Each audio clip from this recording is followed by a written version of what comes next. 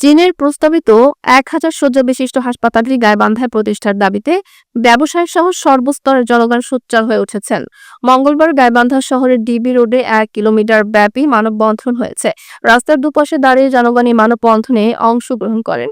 ব্যবসায়ী সমন্বয় পরিষদের আহ্বানে সর্বস্তরের সাধারণ ব্যবসায়ী, বিভিন্ন পেশাজীবী ও শ্রমিক সংগঠনের নেতাকর্মীরা অংশ নেন।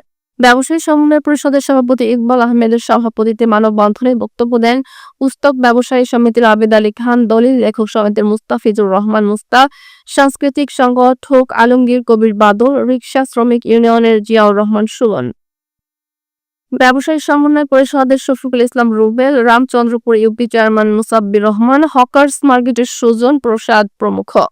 বক্তারা বলেন, দেশের সবচেয়ে অবহেলিত জেলা গাইবান্ধা। এখানে কোনো কলকারখানা নেই, নেই কর্মসংস্থানের কোনো সুযোগ।